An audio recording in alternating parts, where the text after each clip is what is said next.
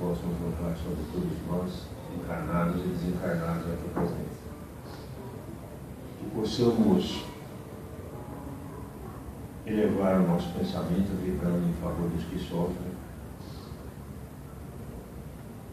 dos nomes colocados no caderno de vibrações, tanto encarnados como desencarnados, pedindo para aqueles que aqui se encontram necessitados, encarnados, desencarnados também, as bênçãos de Jesus, o nosso Mestre, o divino amigo, o grande médico, né, o maior dos médicos, que ele mesmo nos disse: vinde a mim, todos vós que sofreis, e eu vos aliviarei.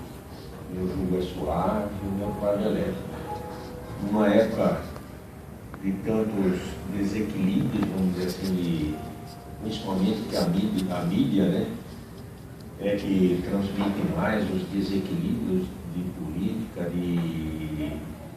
seja nacional ou internacional, seja de economia, seja de tantas coisas, que acabam, vamos dizer assim, às vezes tirando o foco das pessoas numa vivência de paz e de esperança para os dias subsequentes.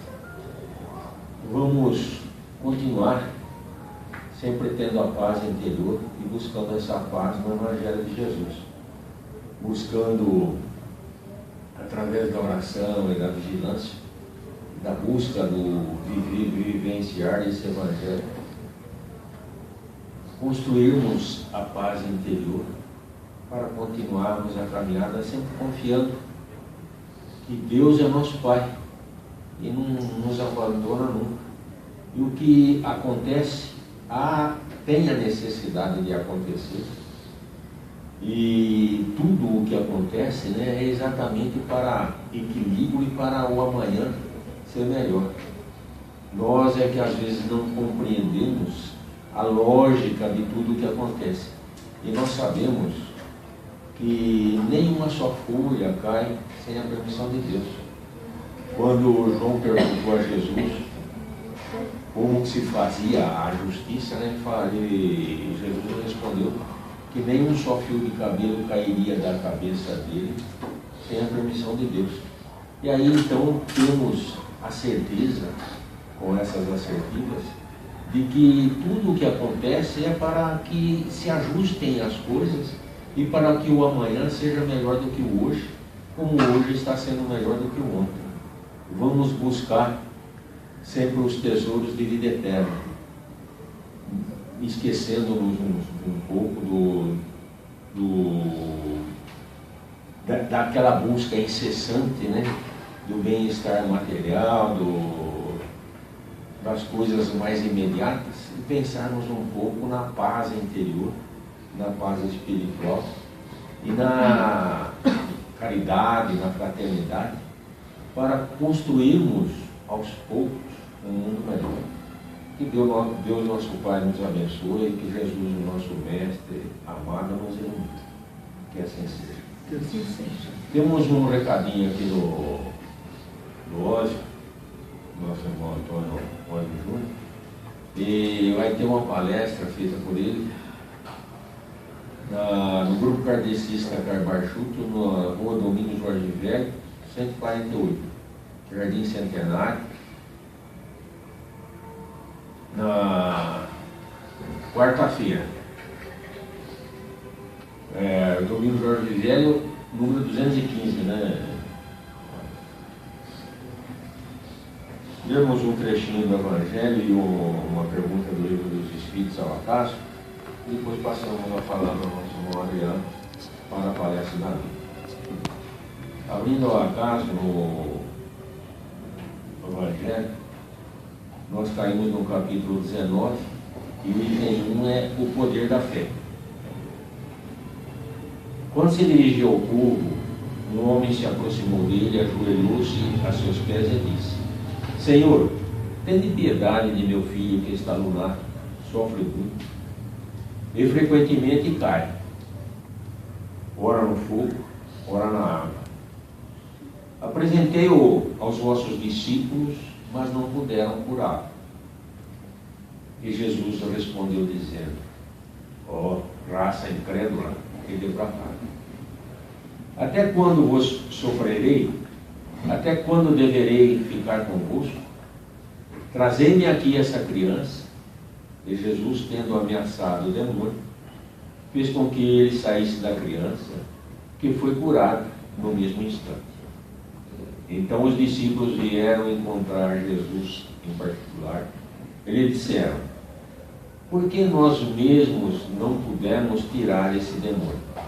E Jesus lhes respondeu: é por causa de vossa pouca fé. Pois eu vos digo, em verdade, que se tivesseis fé como um grão de mostarda, diríeis a essa montanha: transporta-te daqui para lá, e ela se transportaria, e nada vos seria impossível. O Evangelho de Mateus, capítulo 17, versículo 14 a 19.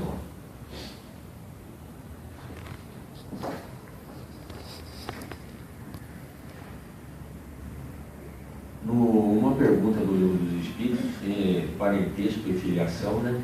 O assunto. Pergunta 203. Os pais transmitem aos filhos uma porção de sua alma ou limitam-se a dar-lhes a vida animal, a que uma nova alma mais tarde venha acrescentar a vida moral? Resposta: dão-lhes apenas a vida animal, porque a alma é indivisível. Um pai estúpido pode ter filhos inteligentes e vice-versa. Passamos então a palavra ao Senhor para a próxima. Boa noite, meus queridos irmãos. Que a paz do Divino Mestre Jesus, essa paz que nos envolve nesses instantes, possa estar conosco hoje e sempre. Muita alegria que retornamos a essa casa de oração e trabalho. E hoje, em particular, a alegria ainda redobrada, pois hoje nós teremos a oportunidade de prestar uma homenagem singela ao apóstolo da caridade, que esteve aqui conosco em terras brasileiras, mais precisamente em Minas Gerais, na cidade de Sacramento. Hoje, dia 1º de maio, em que comemoramos o Dia do Trabalho, também comemoramos o aniversário de Eurípides Barçanufo, que nasceu em 1º de maio de 1880. E nada mais significativo do que ter nascido no Dia do Trabalho, porque trabalho, sem dúvida nenhuma, foi o sobrenome dessa criatura, desse espírito que dedicou a sua vida em prol do próximo. Por isso que assim ficou conhecido como o apóstolo da caridade. Muitos de nós, às vezes, sequer se deu ao trabalho de conhecer a vida e obra desse nosso irmão. E só depois que nós conhecemos essa vida e obra, é que nos damos conta de quanto tempo a gente perdeu em não conhecer o trabalho desse irmão. De tão magnífica foi a sua jornada entre nós encarnados e continua sendo no plano superior. Em 1º de maio de 1880, na pequenina cidade de Sacramento, nascia o terceiro filho dentre os 15 do casal Hermógenes Ernesto de Araújo e Jerônima Pereira de Almeida, vulgo seu Mujico e Dona Meca. Eurípides foi o terceiro filho entre 15 que tiveram esse casal. E interessante notar os nomes. Eu acabei de citar o sobrenome, né? Almeida e Araújo. Todos os 15 filhos, os nomes não tinham nada a ver com os nomes paternos e maternos. E isso, num determinado momento da jornada do irmão do seu Mujico, fora questionado: por que os nomes dos seus filhos não têm nada a ver com os nomes dos pais e das mães? Os sobrenomes são geralmente dois nomes: Eurípides Barçanufo, Willon Alves, uns nomes totalmente assim diferentes. E o pai, na sua simplicidade, comentou: não, eu fiz dessa forma porque vai que algum dos meus filhos se torne às vezes uma pessoa importante, famosa, eu não gostaria que as questões de sobrenome e parentesco atrapalhassem o trabalho desse meu filho ou influenciassem os irmãos de alguma forma. Mal sabia ele o que estava aguardando aquele terceiro filho, Eurípides Barçanufo. Desde pequeno, Eurípides, ele já demonstrava ser um espírito diferenciado, um espírito amoroso, carinhoso, prestativo, que mesmo em tenra idade percebia a dificuldade que vivia aquela família. Aos 5 anos de idade, ele já se prestava a auxiliar nos trabalhos domésticos e também no trabalho com seu pai, a fim de angariar fundos para ajudar no sustento da família. O pai, trabalhador, comerciante, simples, a mãe dedicada no lar, cada vez mais difícil se tornava o sustento daquela família que crescia a cada ano. Eis que um determinado momento, o nosso querido senhor Mujica, ele recebe uma proposta de trabalho numa localidade a cerca de 4, 5 quilômetros de Sacramento. Era uma estação férrea, a Estação do Cipó. Lá nessa estação havia um estabelecimento comercial que pertencia a um amigo, o senhor Antônio de Melo, que convidou o senhor Mujico para tomar conta daquele estabelecimento comercial. Era uma vendinha, um comércio de alimentos, mercearia comparados às estabelecimentos de hoje. E o senhor Mujico viu nessa proposta uma oportunidade de ter uma remuneração fixa, também receber uma certa comissão. E como a família crescia, ele resolveu aceitar a proposta e deslocar-se até essa estação, mesmo sabendo que isso traria um certo prejuízo aos seus filhos, porque ali não havia escola, e ele teria que assumir esse papel também, além de provedor do lar, nas horas vagas, ajudar no processo de formação dos seus filhos, principalmente de Eurípides. E assim o fora. De fato, houve uma certa segurança maior, porque o salário fixo e as comissões possibilitaram um conforto e um cuidado maior para com a família. Porém, esse lugar era afastado, às margens do rio da localidade, e inúmeras doenças começaram a acometer aquela família. O próprio Eurípides foi vítima da malária, o seu pai do beriberi, e o senhor Mujico acabou por avaliar que não estava compensando, apesar da estabilidade financeira maior, ele sentia esse prejuízo na saúde de sua família e resolve voltar para Sacramento.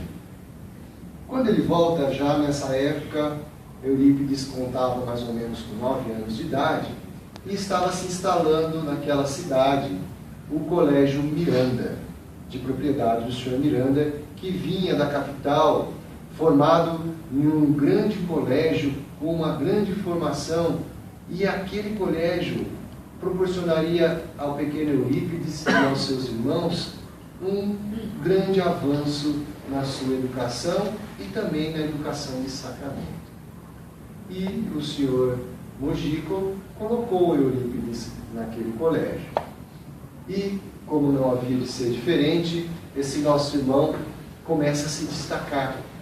Tamanha sua genialidade, ele imediatamente é selecionado por todos os professores como monitor e ajuda os seus amigos, ajuda os alunos e demonstra que a sua missão já começa a germinar o servir, o ajudar ao próximo.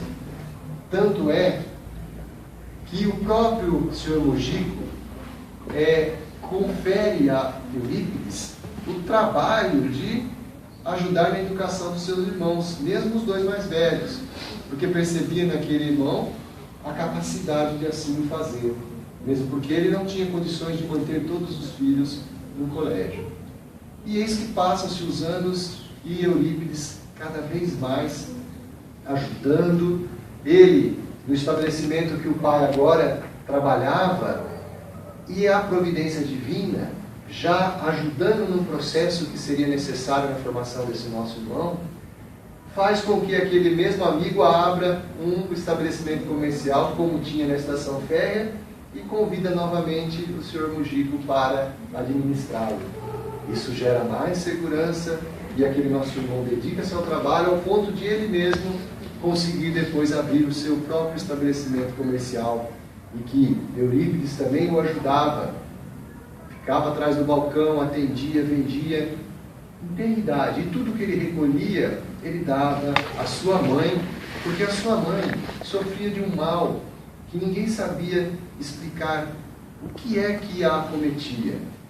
Em fortes emoções, ela simplesmente tinha um surto, ficava acamada, desmaiava, e isso era motivo de grande preocupação para o pequeno Eurípides. E ele sempre deixava o dinheirinho que ele conseguia para o seu trabalho, para o seu pai, para a sua mãe, para que nada faltasse naquele lar. Mas chegou um determinado ponto que o Sr. Miranda chamou o pai de Eurípides para uma conversa e disse a ele: olha, o Colégio Miranda já não tem mais nada a oferecer para Eurípides. Tudo que nós tínhamos para ensinar ele já aprendeu. Ele está pronto para seguir novos passos do ensino superior. Nós estamos falando de uma criança de 15 anos. E o senhor Hermógenes, o senhor Mujico, absorveu essa ideia, entendeu da necessidade de encaminhar Eurípides para uma formação superior.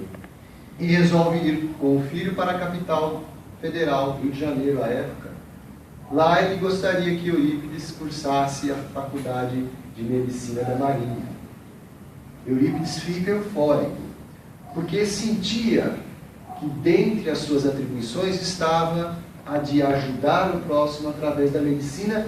Principalmente, ele estava eufórico porque sabia que teria capacidade, nessa nova formação, de ajudar a sua querida mãezinha no seu problema de saúde. E por 20 dias eles ficam lá no Rio de Janeiro, se inteirando de como que seria o curso, procurando até um lugar para que Eurípides trabalhasse e ajudasse no seu sustento. E, uma vez que tudo estava organizado, retornam a Sacramento para arrumarem as coisas, para que Eurípides desse continuidade aos seus estudos no Rio de Janeiro.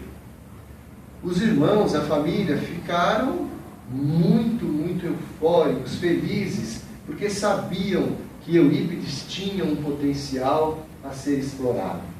E arrumou-se as malas, todos os preparativos para o nosso irmão embarcar para o Rio de Janeiro. Eis que no dia que antecedia essa viagem, a mãe de Eurípides, que o ajudou a arrumar as malas, teve um surto novamente que a deixou acamada.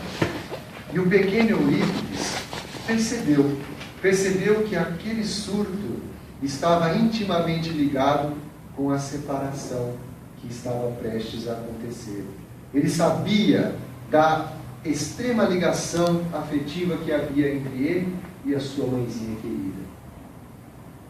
No dia seguinte, quando a mãe desperta, as malas estavam todas desfeitas e Eurípides ao seu lado nunca mais tocou no assunto de se mudar e permaneceu em Sacramento até o último dia da sua jornada.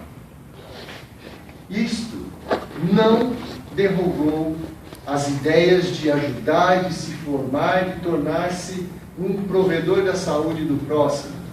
Eurípides dedicou-se aos estudos de maneira autodidata.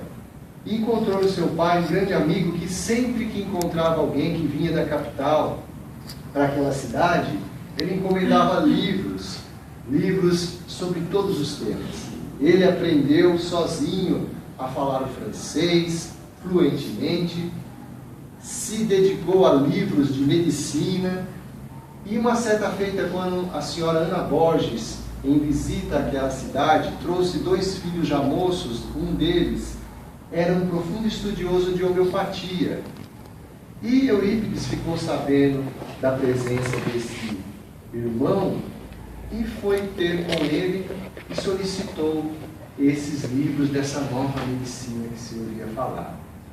E mergulhou e estudou e ficou profundo conhecedor dessa matéria a ponto de perceber que aquilo poderia ser um caminho não só para a cura da sua mãezinha, como a cura de inúmeros males que afetavam a população carente daquela cidade, que ele já sentia a necessidade de ajudar. E por seus 22 anos de idade, ele abriu a primeira farmácia da cidade de Sacramento, a primeira farmácia homeopática, onde distribuía e aviava receitas homeopáticas a todos aqueles que procuravam o seu auxílio de forma gratuita. O seu pai, graças a Deus, conseguia êxito na sua vendinha de natureza, da saúde, um conselho, uma palavra para ele. E sentia ele ainda a necessidade maior de compartilhar aquilo que aprendia de forma autodidata com todos aqueles que habitavam aquela cidade, principalmente as crianças. E resolveu fundar o chamado Liceu de Sacramento, um colégio onde ele introduziu novos métodos de ensino que aprendera por si só, estudando as obras de Platão, estudando as obras de Immanuel Kant, estudando as obras de Spinoza. E ele formou uma convicção, um novo modelo de pensar, de instruir, e resolveu, com a ajuda de grandes amigos, abrir esse colégio que trouxe já uma primeira revolução na forma de ensinar naquela localidade. Até então, nós não falamos nada sobre espiritismo, porque Eurípides era de uma família extremamente católica, dedicada aos cultos religiosos, ele frequentava a missa, e nessa época foi ele cofundador da comunidade de São Vicente de Paula. Ele foi cofundador e secretário daquela instituição. Fundou também uma companhia de teatro, onde ele elaborava peças para que, através da arte, divulgasse os ensinos, de forma que estimulasse o aprendizado em todos os alunos do Liceu Sacramento e em toda a comunidade, divulgasse a cultura. E assim, dedicava-se ao serviço fraterno. Inteligência privilegiada. Ele sempre se dedicou aos estudos de tudo aquilo que era apresentado para ele. Até mesmo um dia, quando o Padre Augusto lhe apresentou pela primeira vez a Bíblia, ele debruçou-se sobre esse livro sagrado e ateve seu estudo meticuloso do Novo Testamento. Ficou surpreendido com o teor dos ensinamentos daquele mestre Jesus. Mas uma coisa lhe chamava a atenção. Ele não conseguia compreender com clareza os ensinos do Evangelho de Mateus, em particular no seu capítulo 5, do sermão profético, as bem-aventuranças. Aquilo trazia um certo desconforto para Eurípides, porque ele entendia a profundidade dos ensinamentos, do consolo, mas aquelas bem-aventuranças, ele não conseguia enxergar a realização para muitos daquelas promessas do Mestre antes da morte. Quantos ele percebia que sofriam, que penavam, e ele não sentia que eram merecedores do consolo dito naquele sermão, porque morriam antes desse consolo. E foi questionar o Padre Augusto, e o Padre Augusto, não, esses são uns dos mistérios que não nos cabe discutir, mas assim será. No primeiro momento ele aceitou, mas continuava com aquela dúvida. Nessa mesma época, havia uma localidade lá, uma fazenda, a Fazenda Santa Maria, que residiam alguns dos familiares de Eurípides. Dentre eles, o tio Mariano, conhecido como tio Senhor. Esse tio Mariano já desenvolvia essa época, nessa fazenda, trabalhos, reuniões com um cunho espírita. Por quê? Em tempos anteriores, nessa mesma fazenda, começaram a ocorrer fenômenos mediúnicos. Vozes, pancadas, e aquilo trouxe um certo alvoroço para aquela fazenda, para os familiares e a comunidade que ali habitava. Até então, esse tio de Eurípides desconhecia completamente essa história do que era espiritismo, espírito. E, uma certa vez, um amigo pediu para que ele, o senhor Mariano, guardasse um facão que era uma relíquia, porque ele tinha que viajar e não queria deixar aos cuidados de ninguém. E o tio Mariano guardou esse facão. Passados alguns tempos, esse amigo retorna e pede o facão de volta. E o Mariano foi lá no lugar onde ele tinha guardado e cadê esse facão? Foi dar a notícia que ele não sabia o que tinha acontecido, o amigo ficou furioso, porque era uma relíquia de família, e começou a ter um clima desagradável lá. O seu Mariano se recolheu, começou a ficar nervoso, porque aquilo lá poderia ser objeto até de uma desavença e, quiçá, uma batalha árdua entre os dois. E de repente ele sente uma sensação incontrolável na sua mão. Pega uma caneta, uma folha e mecanicamente escreve. E de repente ele olha a mensagem: o facão está embaixo da cadeira da mesa. Estranho. E segue as instruções daquela mensagem, vai lá e acha o facão. E aquele fenômeno deslumbrou. E ele foi conversar com alguns que já conheciam esse tipo de fenômeno e também descobre o espiritismo e começa a se dedicar aos estudos e começa a se dedicar aos trabalhos mediúnicos. E sempre esse tio visitava Eurípides em sua casa e mantinha com ele profundas discussões filosóficas, pois sabia da inteligência do seu sobrinho. Porém, ele sempre perdia, porque os argumentos de Eurípides eram tão sólidos, eram tão inteligentes, que ele, às vezes, ficava simplesmente sem contra-argumentos para defender a sua nova visão da vida por conta do espiritismo. Porém, inspirado pela espiritualidade amiga, certo dia, esse tio, num dos encontros com Eurípides, o apresenta uma obra que ele acabava de receber, uma tradução de um livro francês, já para o português, e dá nas mãos de Eurípides: olha, eu não tenho as respostas para essas perguntas que você me faz, mas eu tenho certeza que aqui você vai encontrar. E dá esse livro nas mãos de Eurípides, que abre, e já na primeira página ele encontra uma dedicatória emocionante que o autor faz à espiritualidade amiga, agradecendo a inspiração para fazer aquela obra. Tratava-se nada mais, nada menos do grande filósofo francês Léon Denis, em sua primeira obra, Depois da Morte. Ele começa a folhear o livro, o seu tio sentadinho lá, a noite começa a chegar, o tio pega no sono, e eis que amanhece o dia, Eurípides devolve ao seu tio a obra de 334 páginas, completamente lida, e fala: tio, muito obrigado, essa obra é um monumento.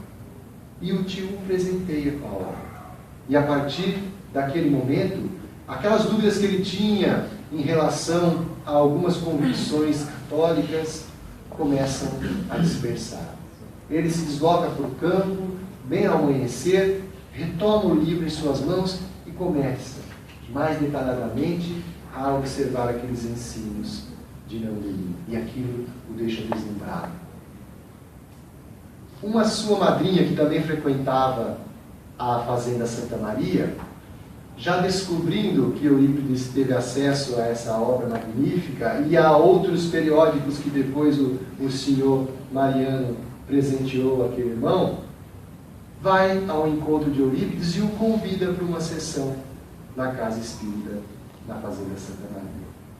Passados alguns dias, Eurípides, na companhia de um grande amigo seu, resolve, numa sexta-feira da paixão de 1904, resolve participar de uma reunião mediúnica.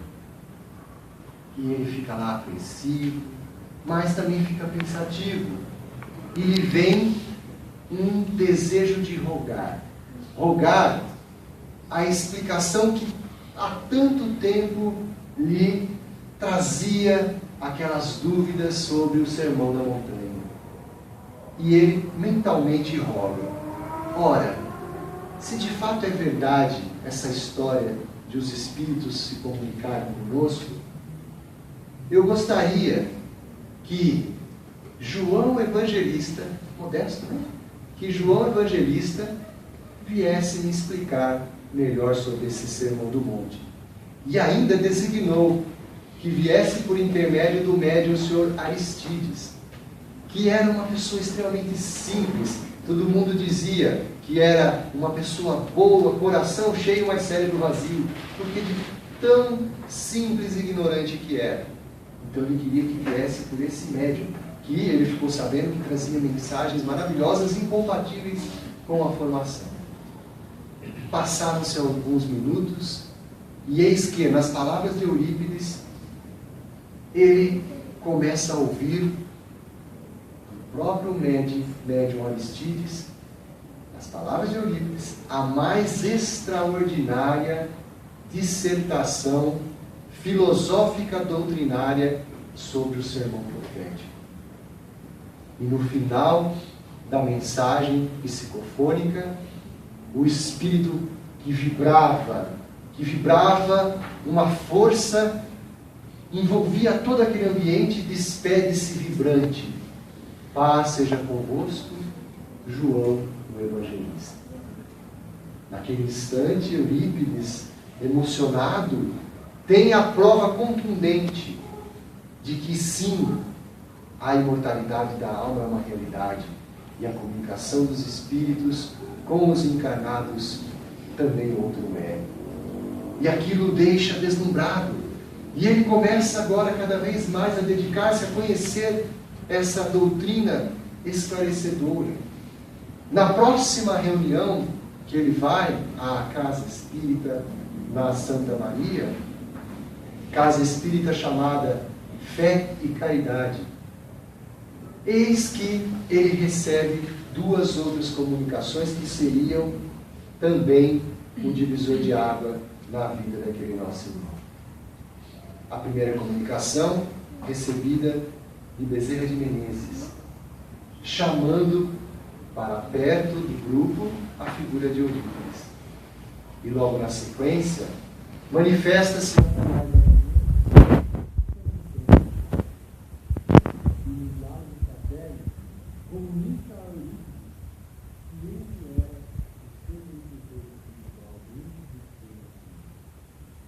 comunica a ele da sua missão grandiosa de ajudar ao próximo, ajudar através da saúde, do exercício, da empatia, do receituário, e ainda alerta que nessa missão o Bezerra de Menezes seria o seu grande ajudante. Aquilo foi, segundo a Lima, um chamamento de Lúcifer. E a partir daquele momento, Eurípides se dedica plenamente ao exercício da caridade, da fraternidade, de auxílio ao próximo. Porque ele recebe a orientação do seu mentor, do seu instrutor, que agora é necessário que os laços do passado ficassem para trás. Não poderia ele mais ser o secretário da própria instituição Vicente de Paula, porque os propósitos daquela instituição chocar-se-iam com os novos propósitos do missionário. Ele não titubeou. Comunicou ao padre, comunicou a todos da sua nova convicção, que agora era espírita e tinha um trabalho a executar. Aí começaram, meus irmãos, como em toda a biografia de missionários, começaram os obstáculos maiores. Porque a partir do momento que ele anuncia a sua nova convicção, é tido por todos como louco, que foi possuído pela doutrina do demônio, que ele estava totalmente alienado. Mas ele não se deixou abalar em um instante. Ali dizia assim: bendita loucura que lhe esclareceu tanto. Os seus familiares, num primeiro momento, titubearam, mas conheceram a grandeza daquele irmão, o quanto o seu espírito de auxílio à família e ao próximo, o quanto aquele irmão era caridoso, resolveram aceitar e o apoiaram. Mas Eurípides, sabendo que aquela sua nova escolha poderia trazer desconfortos à sua família, comunicou aos seus pais que deveria se afastar do seu lar, ir para uma casa própria sua e lá se dedicar ao seu novo trabalho. O pai entendeu, tanto é que o ajudou e adquiriu essa área onde se instauraria o novo lar de Eurípides. Passaram-se 2 anos, 1 ano dessa decisão. A mãe ficou um tanto angustiada e, a pedido de seu pai, foi até o encontro de Eurípides pedir para que ele renegasse esse espiritismo, que largasse tudo aquilo para trás e voltasse para sua casa como se nada tivesse acontecido.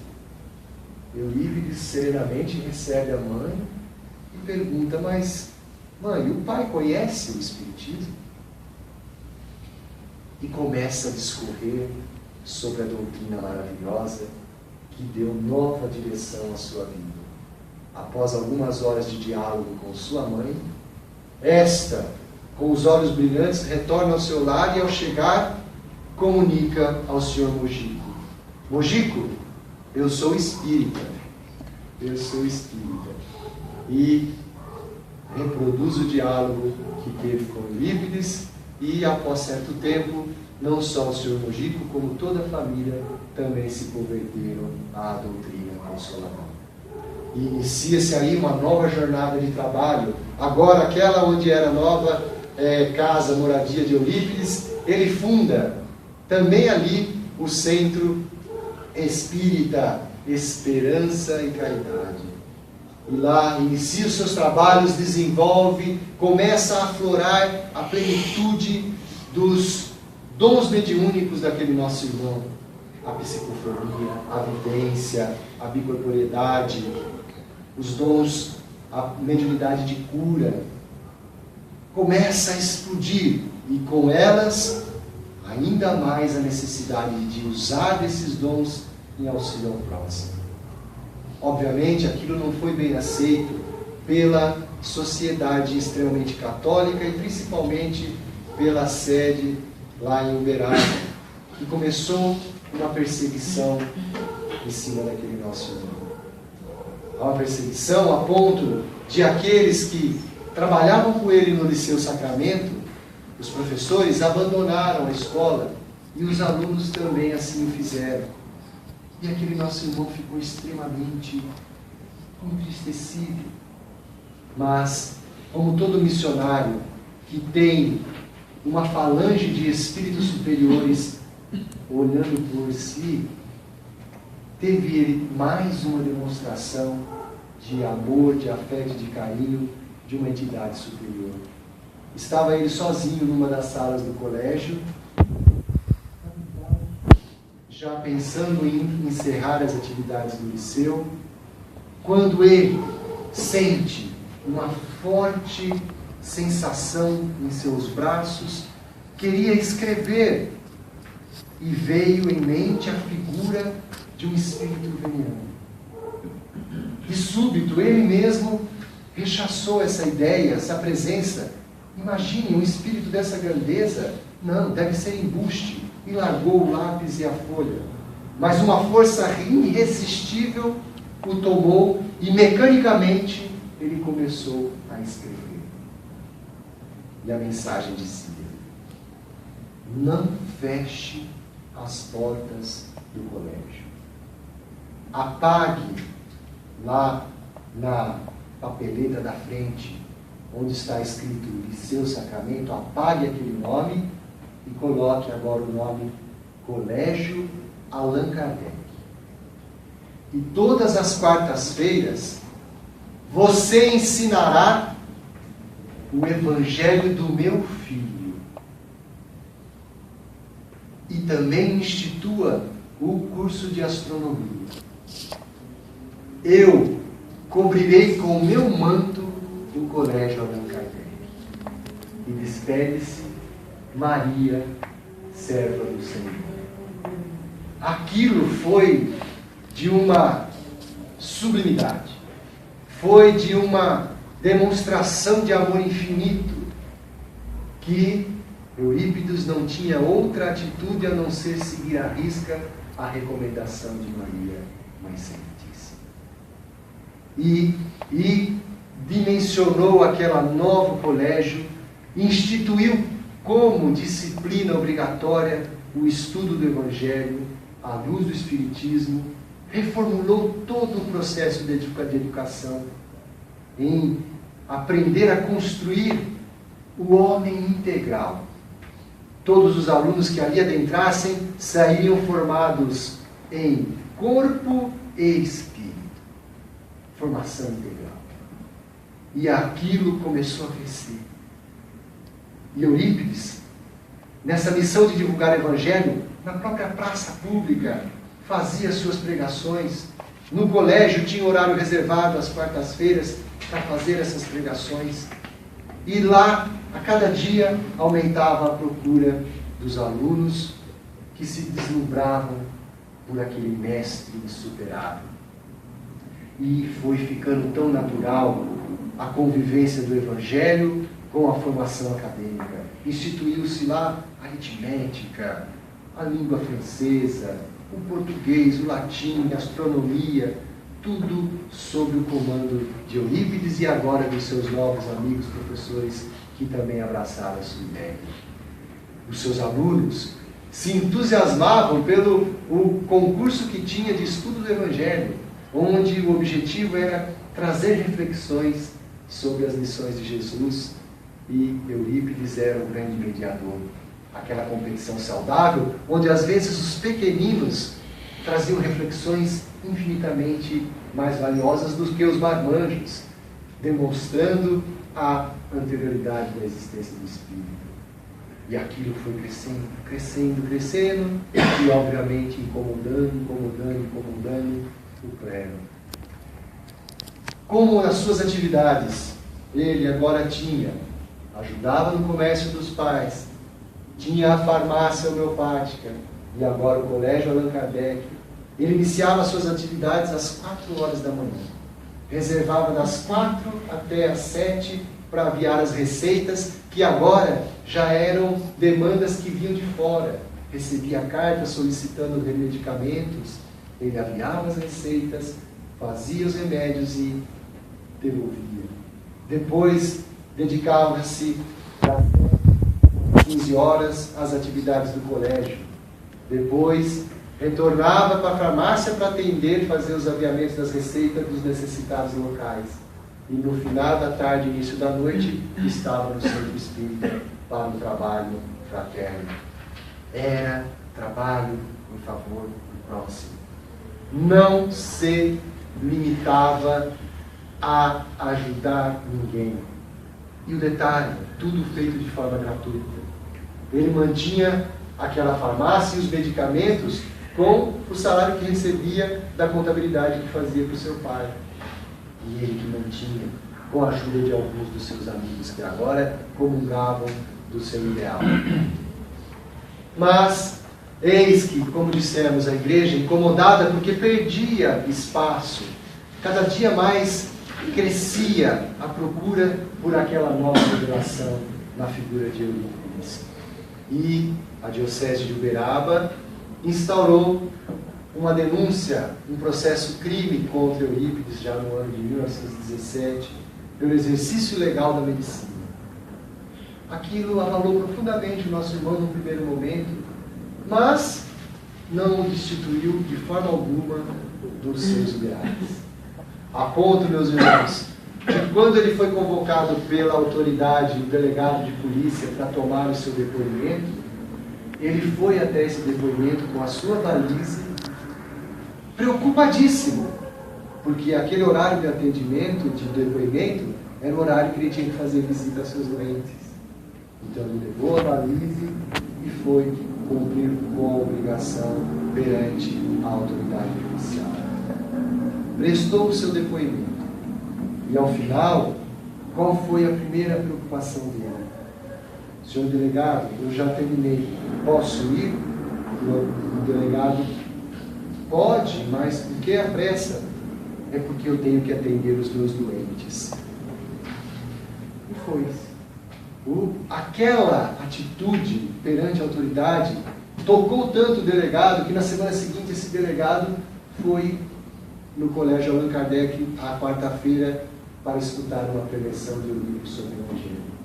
E saiu de lá deslumbrado, pedindo perdão a Eurípides pelo ocorrido na semana anterior, mas que ele só estava cumprindo a obrigação, a determinação que veio de ordem superior. Sentia-se envergonhado e recebeu o consolo de Eurípides. Não, faça, cumpra o seu dever. Mas, numa visão magnífica, Eurípides relata à sua secretária Amália que na noite seguinte, quando ele recebeu a intimação para depoimento, ele visualizou no cume do colégio Allan Kardec a figura de Ismael, embanhando uma espada luminosa, dizendo a ele: não se preocupe, estarei aqui zelando por ti. Ao lado, junto dos assistidos, a figura de Bezerra de Menezes: e eu estarei aqui. Mais adiante, João Batista, acompanhado de Maria, também no mesmo consolo. E à frente de todos, a figura de Jesus, dizendo também para que ele não se preocupasse, que tudo daria certo. Transcorreu quase um ano desse processo. Passaram-se por mais de 5 autoridades judiciais. Nenhum juiz teve a coragem de dar uma decisão. Todos negavam o direito de se pronunciar. Sempre alegavam algum impedimento e ninguém conseguiu dar uma sentença, a ponto do processo voltar para a origem e o promotor pedir a prescrição do mesmo, porque já havia dado o tempo da pronúncia. Em 1918, logo no comecinho do ano, foi arquivado. E aquilo foi motivo de júbilo para todos que já agora, na imprensa da região, defendiam os propósitos de Eurípides e estavam todos indignados. E Eurípides tinha que fazer o papel ainda de pacificador. Porque ele só se preocupava em assistir os seus doentes, a ajudar o próximo, os seus alunos no colégio, e pedia paciência àqueles que defendia. Não queria que ninguém se revoltasse, que aquilo fazia parte dos desígnios de Deus. Ele acalmava aqueles mais afoitos, ele acalmava aqueles que queriam uma vingança sobre a igreja, pois sabia que tudo daria certo nas palavras do Mestre. Mas mesmo assim, a população não se conteve, queria comemorar o sucesso, ou melhor, o insucesso daquele processo. Eurípides ficou calmo, manteve-se no seu trabalho, como se nada tivesse acontecido. E além desse episódio, também anteriormente a igreja já tinha tentado a derrocada desse nosso irmão quando convocou um pároco de Campinas, o padre Feliciano, que era tido como um profundo conhecedor dos ensinos do Evangelho, das Escrituras, um orador muito bem firme nos seus propósitos. E armaram um debate na cidade de Sacramento para colocar em xeque as posições de Eurípides. E foi publicado um edital com os regulamentos desse debate. Eurípides foi obrigado a aceitar, onde o padre se propunha a excomungar a figura de Eurípides e do Espiritismo. Os itens estavam descritos, que o Evangelho não era religião, que era coisa do demônio, e ele provaria tudo isso. E incumbiria a Eurípides provar o contrário.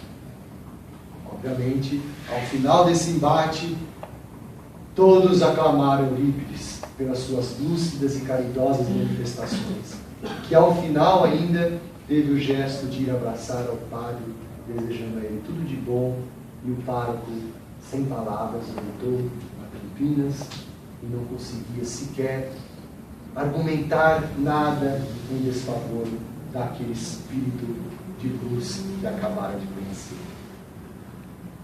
E até o último instante de sua jornada, meus irmãos, Eurípides dedicou-se a auxiliar o próximo. Nos aviamentos da sua receita, nos aviamentos dos remédios, de forma gratuita, na ajuda dos seus alunos no colégio, que já estavam acostumados com os fenômenos mediúnicos que aconteciam nos encontros às quarta-feiras. Inúmeras vezes, os alunos presenciaram o desdobramento daquele nosso irmão, que era chamado para atender aos necessitados à distância. Narra-nos na obra Eurípides, O Homem e a Missão, de Corina Novellino, que eu recomendo a todos a leitura, e também na obra Eurípides Barçanufo, O Apóstolo da Caridade, de Jorge Rizzini, narram esse mesmo episódio, em que certa feita chega um pai desesperado no colégio buscando a presença de Eurípides, e nesse instante a turma já tinha presenciado o fenômeno do desdobramento de Eurípides, e já entendendo esse fenômeno, assim que percebiam já que Eurípides lá mais não estava em espírito, mantinha-se em silêncio e em oração todos os alunos, porque sabia que o professor estava em trabalho. E quando chega esse pai desesperado, Eurípides, por favor, venha, minha esposa está em trabalho de parto, está com um problema sério e pede sua presença. E eis que Eurípides comunica: não, eu já estive lá, seu filho já nasceu, está tudo em ordem. Mas como? Eu acabei... E ele, num gesto de caridade: não, vamos lá, eu acompanho. Ele vai até a presença da mãe, e quando lá chega, a mãe com os filhos no colo pergunta: mas por que o senhor voltou, senhor Eurípides? Se aqui já esteve, né? E o pai, deslumbrado: não, eu voltei para apresentar o filho ao seu marido. Teve também um outro episódio marcante para aqueles alunos que fizeram vários depoimentos nessa primeira obra que eu citei, que no final da Primeira Guerra Mundial, Eurípides, no meio da sua aula, também entra em estado de transe e desdobra-se até Versalhes, onde presencia a assinatura do tratado que pôs fim à Primeira Guerra. E ao retornar, comunica esse feito aos seus alunos. De primeira mão, tiveram essa notícia antes da imprensa oficial. E inúmeros outros casos que essas obras que eu citei trazem em detalhes, e como a mim fizeram, farão os irmãos sentir na flor da pele as emoções, e as lágrimas virão com certeza de tamanha dedicação ao próximo. Até o ponto, meus irmãos, de ele já pressentindo que chegava a hora de seu retorno à pátria espiritual, em 3 oportunidades comunicou isso aos seus próximos e queridos. Na primeira oportunidade, quando ele teve a visão ao entrar no seu banho de imersão, viu-se deitado no caixão, vestido de preto, e já imaginava que estava próximo. E numa outra visão, em que a sua mãe chorava a perda de uma neta de 19 anos, ele comunica à sua secretária: hoje ela chora a perda da neta, mas em breve ela vai chorar a perda de alguém muito querido também, um filho seu. E a Amália já fica meio assustada, porque já pressente tratar-se dele. E na última visão, novamente ele se vê na caixa mortuária, de preto, e ele agora já comunica a Amália: no próximo dia 1º de novembro, às 6 da manhã, eu já não mais aqui estarei. E comunica que estava prestes a arrebatar grandes populações a gripe espanhola que agora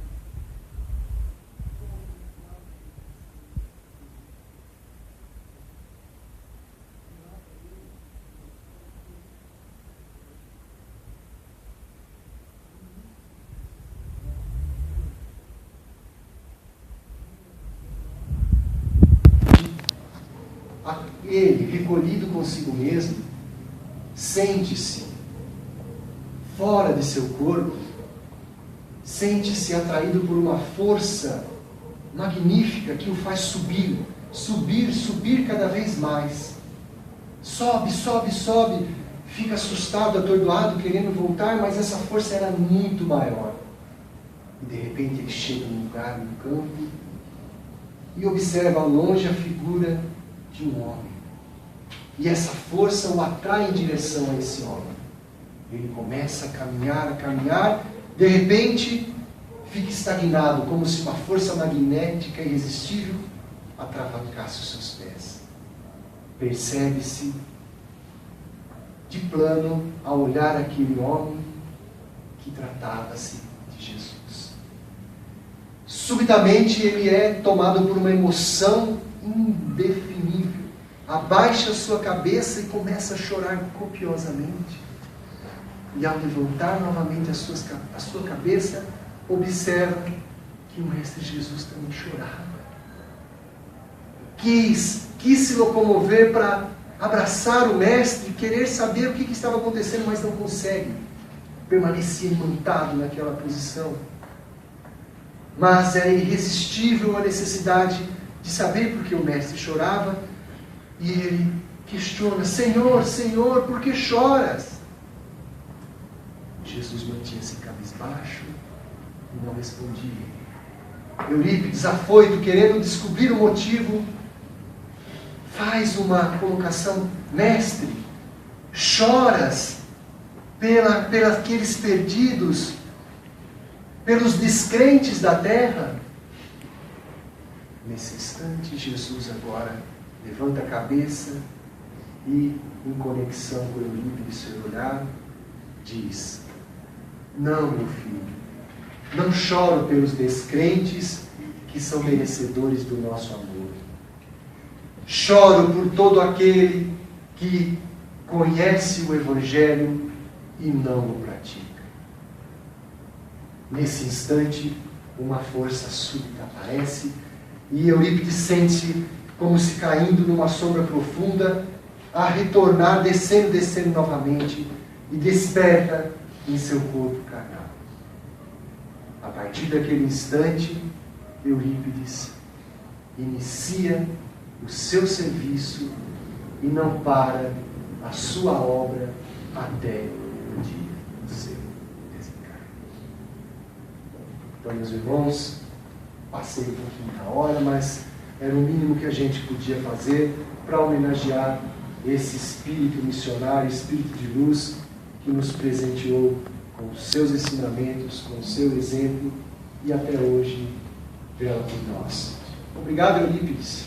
Onde quer que esteja e sentimos a sua delegação aqui conosco, continue nos inspirando como apóstolo da caridade, a também servir ao nosso próximo, pois só é através do serviço em favor do próximo que nutriremos do alimento que Jesus tanto nos ofereceu, o alimento da caridade. Fora dela, não há salvação. Deus abençoe a todos.